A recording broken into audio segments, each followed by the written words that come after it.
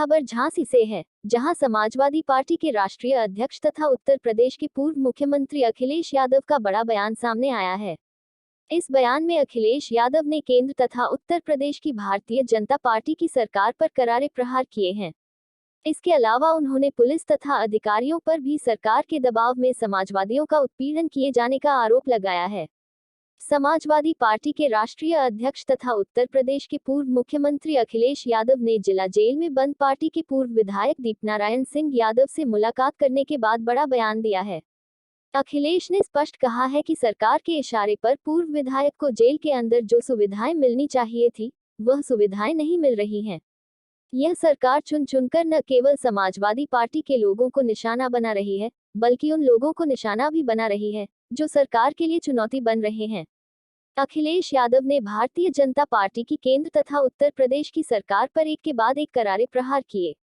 उन्होंने कहा कि 9 साल की केंद्र सरकार तथा 6 साल की उत्तर प्रदेश की सरकार में आम जनता के लिए यदि कोई काम हुआ हो तो सरकार बताए।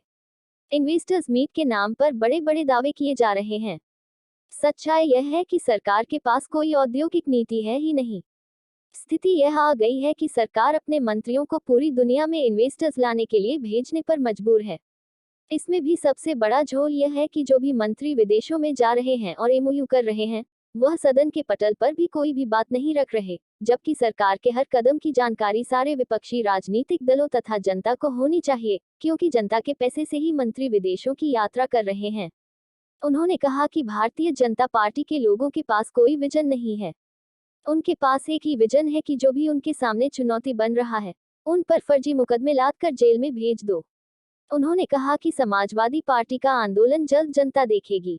सरकार के अन्याय के खिलाफ जनता का आक्रोश अब सड़क पर आने लगा है। यही कारण है कि मैनपुरी के चुनाव में भारतीय जनता पार्टी को करारी शिकस्त का सामना करना पड़ा है। हम बहुत जल्द आंदोलन की रणनीति तैयार कर समाजवादियों को सड़कों पर उतारेंगे।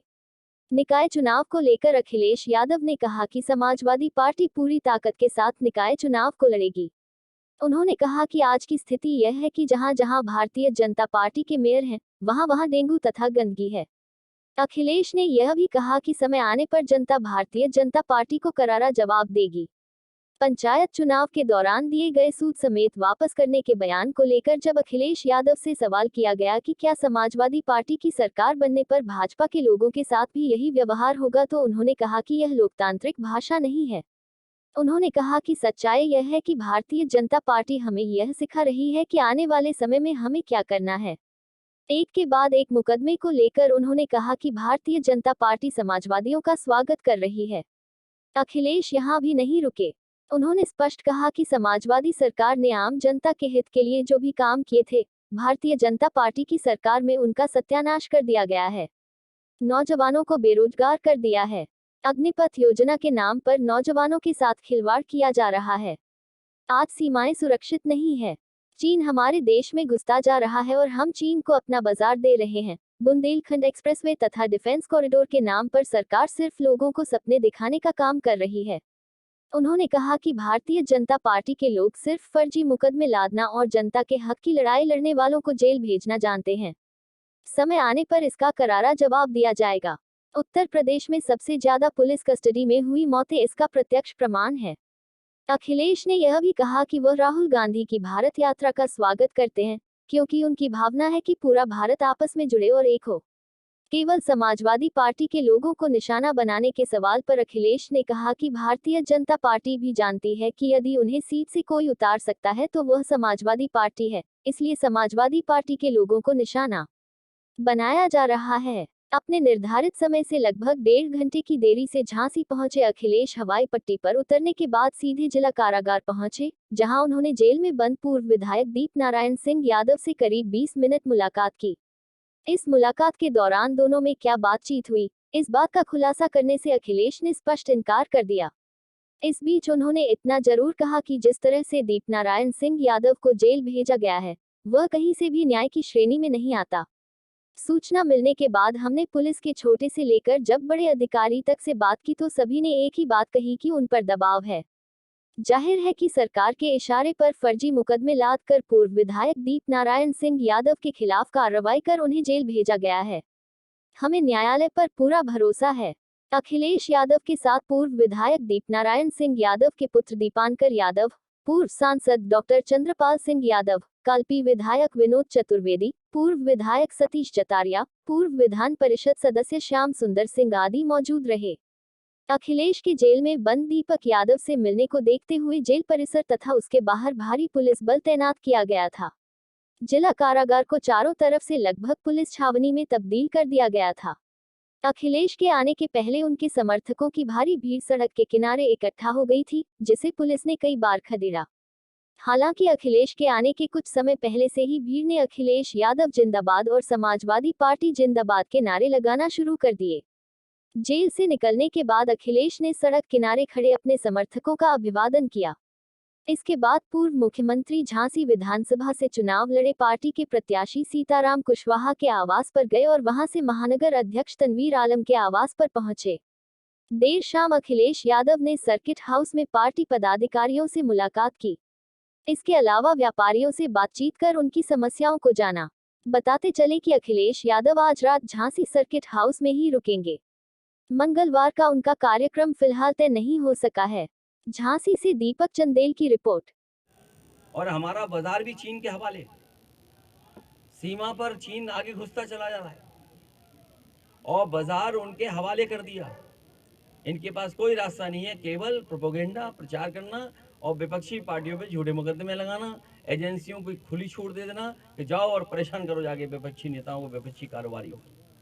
अखिलेश जी, जिस तेवर के लिए समाजवादी पार्टी जानी जाती थी, वो तेवर नहीं दिखाई दे रहा है लगातार कार्रवाई होने के बाद भी।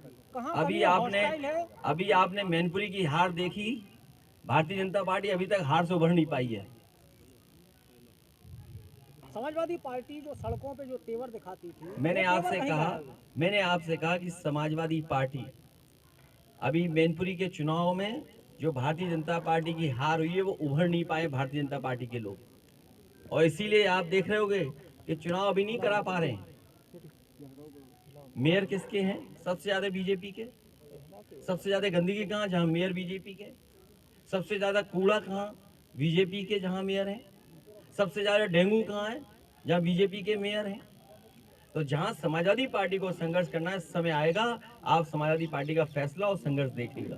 दीपक जी से पहले भी समय मांगते रहे, तो समय कब आएगा? पूर्व यादव को जो सुविधाएं मिलनी चाहिए वो सरकार के इशारे पे कोई सुविधा नहीं दी जा रही है। अध्यक्ष जी, दीपक यादव बसपा में भी जेल गए, अभी भाजपा में गए, ऐसा क्या है वो बार बार जेल जा रहे हैं? अध्यक्ष जी, ये सही सवाल पूछा है ना। भारतीय जनता पार्टी समाजवादी नेताओं को परेशान करके संदेश देना चाहती है कि समाजवादी पार्टी का कोई मजबूत नेता अगर होगा, और वो क्या छिपाना चाहते हैं? अपने विधायकों का झगड़ा छिपाना चाहती है। आप शायद जानते होंगे, कोई बीजेपी का नेता नहीं है जो खुश न हो। सब दुखी हैं, एक दूसरे से दुखी हैं, सरकार से दुखी हैं, अधिकारियों से दुखी हैं। इस बात को छिपाने के लिए, ध्यान हटाने के लिए इस तरह की कार्रवाई चल रही है। दीपक जी से अभी क्या बात हुई अंदर? तुरंत मुकदमा दर्ज हो गया, आज भी 3 FIR हो गई हैं। 3 FIR किस पे हो गई? ये समाजवादियों का स्वागत कर रहे हैं और ये बता रहे हैं कि समाजवादी सरकार आए तो ऐसा ही काम आप भी करना। अध्यक्ष जी, 3 महीने के बाद इतनी देर क्यों हो गई दीपक जी से मुलाकात? अध्यक्ष जी, डिप्टी सीएम साहब का जो समय हो वो ठीक समय होता है। अध्यक्ष जी, अभी दीपनारायण जी से क्या मुलाकात हुई, क्या बात हुई? जो बातचीत हुई वो बता नहीं सकता मैं आपसे, लेकिन बातचीत हुई हमारी। अध्यक्ष जी, अमेठी के विधायक पर आज सुबह जमीन कब्जा का मुकदमा लगा है। ये किस पार्टी का नाम पार्टी तो बोलिए। अमेठी की कांग्रेस के विधायक। मुझे लगा कि भारतीय जनता पार्टी। नहीं, अदिति सिंह। अगर आप जानकारी करेंगे, सबसे ज्यादा भारतीय जनता पार्टी के विधायक या उनके नेता कब्जा करना जमीन। अध्यक्ष जी, अभी कल आपकी पार्टी के जिला अध्यक्ष के ऊपर भी मारपीट कर रंगदारी का आरोप लगा। अमेठी से विधायक को जानता नहीं किस पार्टी। अध्यक्ष जी, 2024 की तैयारी। कल आपकी पार्टी के जिला अध्यक्ष के ऊपर भी मारपीट रंगदारी का आरोप लगा, क्या कहेंगे? ये भी हमारे स्वागत में हो रहा है। अध्यक्ष जी, आज के टाइम पे बबीना विधायक और सदर विधायक की लड़ाई चल रही, क्या बात है? बार-बार उनका कहना ये है कि समाजवादी पार्टी का जन्म करने के लिए हुआ है, और उनका राजनीतिक जन्म किससे हुआ है? फर्जी पर्ची बेच करके। अध्यक्ष जी एक मंत्री उनका मुकदमा किस चीज का था? हमारा पत्रकार साथी सही कह रहा है। हमारा पत्रकार साथी एक बताना चाहता है कि मुख्यमंत्री जी ने अपने मुकदमे वापस लिए, डिप्टी सीएम ने अपने मुकदमे वापस लिए, लेकिन हमारे पत्रकार साथी ये बताओ, मुख्यमंत्री जी ने और डिप्टी सीएम ने अपने कौन सी धाराएं वापस ली हैं? और ये साथी जो कह रहे हैं विधायकों में, ये एक जिले का नहीं है मामला।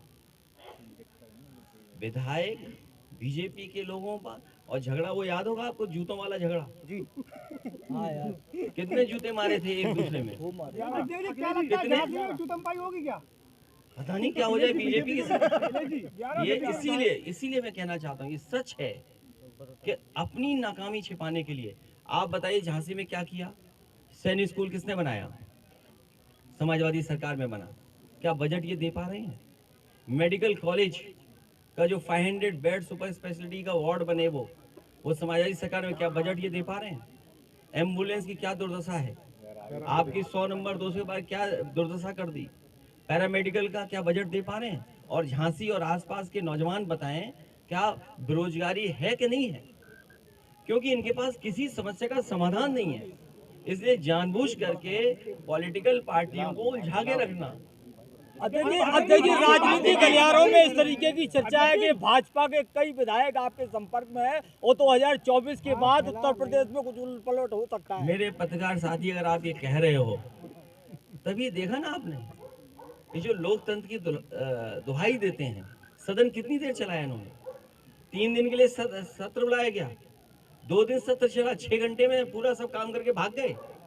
ये सदन बुलाए तब इनको महसूस होगा। और मैं कहना चाहता हूँ कि जो पहला इन्होंने इन्वेस्टमेंट मीट किया था, जिसमें देश के बड़े बड़े उद्योगपति आए थे, MOU किए थे, उसके बाद एक डिफेंस एक्सपो किया था इस सरकार ने, जिसमें बड़े बड़े डिफेंस के कारोबारी लोगों से MOU किए थे। और इस बार जो ग्रुप ऑफ मिनिस्टर्स अलग अलग कंट्री में गए थे, कोई ब्राजील गया, कोई US गया, कोई यूरोप में गया, कोई क्या चीज? आपके आने से जिलाध्यक्ष पर एक मुकदमा लिखा, वो हमारे लिए स्वागत है, बधाई। ये स्वागत सूद समेत वापस करेंगे क्या? नहीं, ये कहना लोकतंत्र में ठीक भाषा नहीं होगी। आप चाहो तो वापस कर दो। पंचायत चुनाव में अध्यक्ष जी अभी अध्यक्ष जी कह नहीं सकते, वैसे अध्यक्ष जी तो ये गांव की भाषा में होता है पूड़ी के संग गुना देना। अब आपके अध्यक्ष क्या जी, कहा जाता है? अध्यक्ष जी क्या लगता है निकाय ये भाषा समाजवादी की नहीं हो सकती। निकाय चुनाव निष्पक्ष होगा?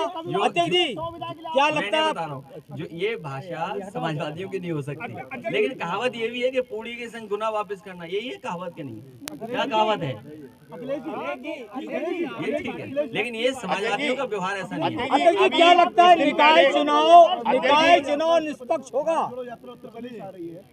अध्यक्ष जी देखिए, सवाल ये नहीं कौन, देखिए आप अपने आप कहानी मत बनाइए। ये कहावत है चंडू खाने की गप, ये सब तो मत शुरू कर। अध्यक्ष जी क्या लगता है? हमारी भावना है कि भारत जोड़ो, हमारी भावना है उसके साथ, लेकिन सवाल ये है कि बीजेपी हटाएगा कौन? बीजेपी कैसे हटेगी? अध्यक्ष जी अभी कुछ दिन पहले डिप्टी सीएम झांसी आए थे, उन्होंने कहा था कि समाज को लेकर, तो अध्यक्ष जी क्या लगता है डिप्टी लोग सही में तो टच में नहीं है आपके? क्या चीज? आपने कहा है डिप्टी सीएम को तंज करके कि 100 विधायक ले आओ सरकार। तंज क्या होता है? अरे भाई, हमारे पास 100 विधायक हैं, बस 125 हो सकते हैं हम पर, मान लीजिए भाई उनकी ख्वाहिश ये कि मुख्यमंत्री बन जाए, वो बन ही नहीं पा रहे, तो कौन बनाएगा उन्हें? अध्यक्ष जी डिप्टी सीएम ने जो आना चाहे, ऑफर खुला है, जो ले आए। अध्यक्ष जी डिप्टी अरे हम लोग खाली बैठे हैं ना। डिप्टी सीएम ने झांसी में कहा था कि समाजवादी पार्टी माफियाओं की पार्टी है और माफियाओं के सरगना है। नाम लीजिए जी, डिप्टी सीएम का नाम लीजिए। कौन डिप्टी सीएम? केशव प्रसाद मौर्य ने कहा था। उनकी FIR में क्या है जो केस वापिस हो? उन्होंने ये कहा था कि माफियाओं के सरगना है अखिलेश यादव। बात है, मैंने स्वीकार कर ली जो बात आप कह रहे हो, लेकिन मैं पत्रकार साथी जानना चाहता हूँ कि जो डिप्टी सीएम है दोनों, पहले डिप्टी सीएम पर जिनके बारे में आप कह रहे हैं, उन पे मुकदमा कायगा था जो पर्ची वापस ली थी उन्होंने? क्या मुकदमा था उन पे? किस बात का चंदा लिया था उन्होंने? भाई जो डिप्टी सीएम पर मुकदमा हो, और वो भी किस बात का? पूजा पाठ में चंदा लेने का, उसकी पर्ची फर्जी छपाई हो, उसका क्या जवाब दे बताओ?